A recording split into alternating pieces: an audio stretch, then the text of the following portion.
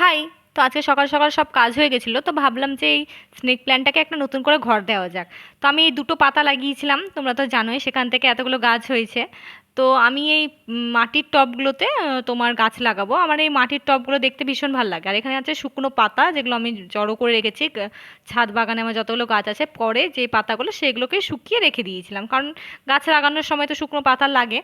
তো আমি অনেক দিন ধরেই ভাবছি যে করব, কিন্তু বৃষ্টিটা হওয়ার ফলে করতে পারছিলাম না। তো এখন বৃষ্টিটা কমেছে, তো ভাবলাম যে কাজটা করেই নিই। তো দেখো কিভাবে আমি করছি। এই যে ফার্স্টে পটটা নিয়ে নিলাম, পটের মধ্যে শুকনো পাতা যতটা পরিমাণে দেওয়ার দিয়ে দিব।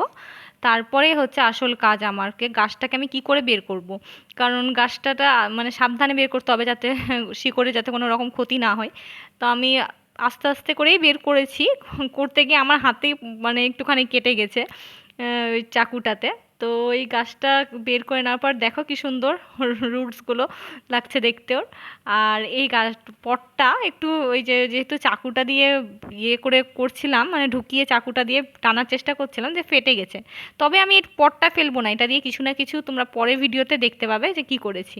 কারণ তোমরা সবাই জানো যে ছাদ বাগানীদের কাছে ছোট ছোট পটগুলোও না অনেক দামি মনে হয়, যে ফেলা কোনোটাই যাবে না, ছোট চারা লাগানো যাবে এটাতে পরে।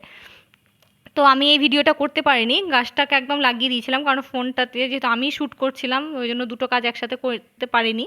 তো আমি ওই দুটো পুরনো পাতাকে আলাদা করে রেখে দিয়েছিলাম, আর নতুন যেগুলো গাছ ছিল ওগুলো একসাথে তোমার পটে লাগিয়ে দিয়েছিলাম। আর এই করতে করতে দেখছি বৃষ্টিটাও চলে এসেছিলো, আর আমার কাজটা মোটামুটি হয়ে গেছিলো।